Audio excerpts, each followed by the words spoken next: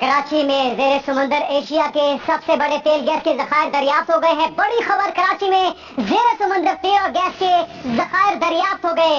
खुशखबरी पूरी कौम के लिए, कराची में जेर समुंदर एशिया के सबसे बड़े तेल गैस के जखायर दरियाफ्त हो गए हैं। ये ऐलान किया है वजीर आजम इमरान खान ने, जिसका उन्होंने पहले ही जिक्र किया था कि वो एक बड़ी खुशखबरी कौम को देने वाले हैं।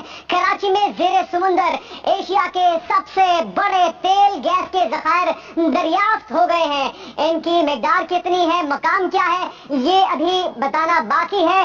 वजीर आजम इमरान खान का बड़ा ऐलान, कौम के लिए खुशखबरी। कराची में जेर समुंदर एशिया के सबसे बड़े तेल और गैस के जखायर दरियाफ्त हो गए।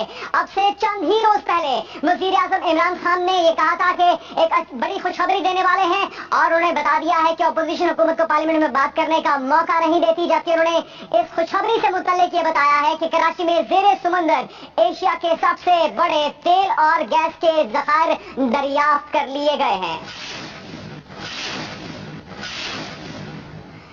कराची में जेर समुंदर एशिया के सबसे बड़े तेल गैस के जखायर दरियाफ्त हो गए हैं। जी हां, भारत इंतखाबात से कबल पाकिस्तान में दहशतगर्दी करा सकता है। इन ख्यालात का इजहार भी वजीर आजम इमरान खान ने किया।